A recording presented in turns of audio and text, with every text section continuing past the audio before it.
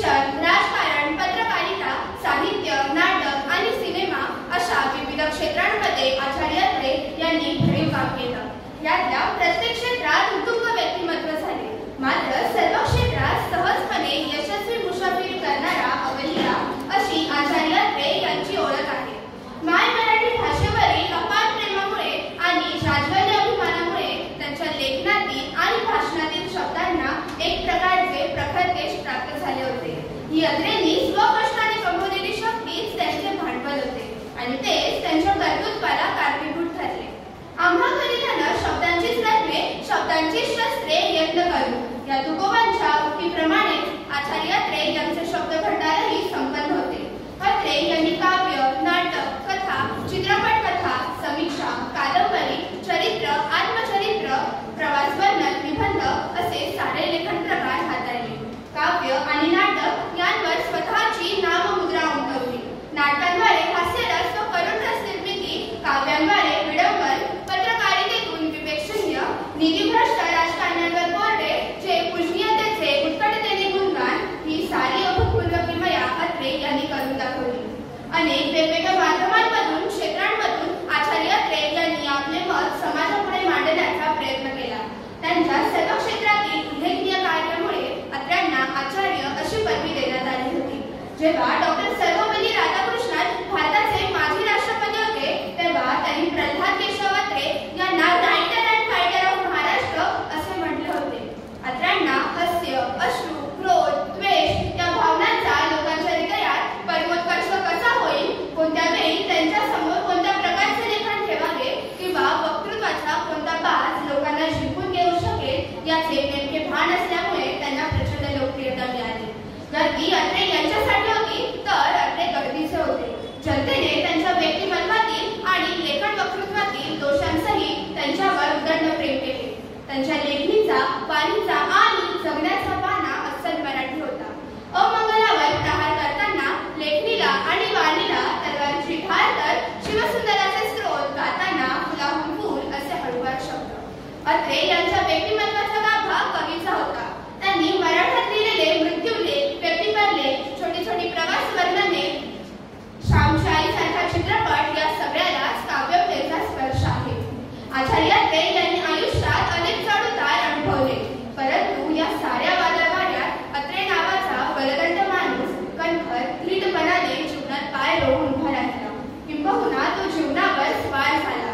आचार्य अत्रे यांचे वैशिष्ट्य म्हणजे कोणतेही काम झोकून देऊन विलक्षण एकाग्रतेने करण्याची वृत्ती, अस्सल मराठी प्रासादिक शैली, जीवनावर उत्कट प्रेम, महाराष्ट्राचा आणि मराठी माणसांचा प्रचंड अभिमान ही होती. स्वतःबद्दल निसंकोचपणे स्तुतीपर बोलणारा, त्यांचे यश आणि कीर्ती दोन्ही बाहू उभारून गरजून सांगणारा अत्रे यांच्यासारखा दुसरा मराठी साहित्यिक कोणी नाही. अत्रे नाटककार झाले, वक्ता झाले, पण हा जीवनाचा यात्रेकरू कोणत्याही एका क्षेत्रात रमणारा नव्हता. तो जमाना बोलपट्ट्यांचा होता. नाविन्याचे आकर्षण, विविध क्षेत्रांविषयीची जिज्ञासा, जिद्दी, महत्त्वाकांक्षी स्वभाव, स्वतःवर उदंड प्रेम आणि विश्वास यामुळे अत्रे अनेक क्षेत्रात डोकावले आणि त्यांनी त्या त्या क्षेत्रातील सर्वोच्च बहुमान मिळवले. अत्रे यांनी त्यांच्या मनावर top places are always vacant हे ठसवले असावे. अतिशय मोकळेपणाने जीवनाला सामोरे जाणारा माणूस म्हणून मला आचार्य अत्रे फार आवडतात. याचे उत्तम उदाहरण म्हणजे की कसं झालं या वाङ्मयीन आत्मशोधनात आचार्य अत्रे म्हणतात की लहान मूल शाळेत जसे रमत गमत जाते ना तसा मी आयुष्यातून रमत गमत चाललेलो आहे. वाटेत फूल दिसले त्यावर कविता कर, मूल दिसले त्याला गोष्ट सांग, उदास चेहऱ्याचा माणूस भेटला त्याला हसव, दुःखी स्त्री भेटली तिच्या जीवनावर नाट्यरस, गर्दी दिसली तिच्यापुढे व्याख्यान दे, कोणी महापुरुष भेटला त्याचा जय जयकार कर, एखादा मोर्चा आढळला त्याच्या सामील हो. खिडकी उघडी दिसली की माणसं जसे तिच्या टोकवते ना तसे जीवनात डोकवण्याची मला फार हौस आहे. सारे आपल्याला दिसले पाहिजे, सारे समजले पाहिजे आणि सारे आले पाहिजे असे मला वाटते. आचार्य अत्रे म्हणतात की विनोदी माणूस हा एखाद्या फुलपाखरासारखा असतो. तो एका फुलावरून दुसऱ्या फुलावर जातो, कधी रस सापतो तर कधी रस सापत नाही. आचार्य अत्रे यांनी विनोदाच्या माध्यमातून आपल्याला काय शिकवलं तर विनोदाची ढाल हातामध्ये असली आणि अंगामध्ये रसिकतेचं चिलकत घातलं की जीवनातील सर्व संकटांना हसत सामोरे जाता येते. आचार्य अत्रे यांचा एक विनोदी किस्सा मला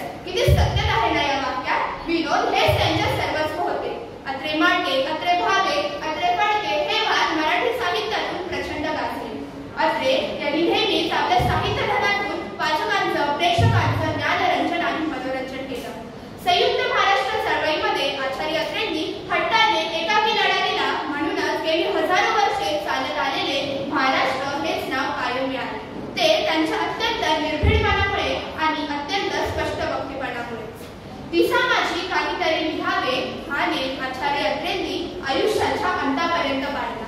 अशा बहुपेट, बहुरूपी आणि लोकोत्तर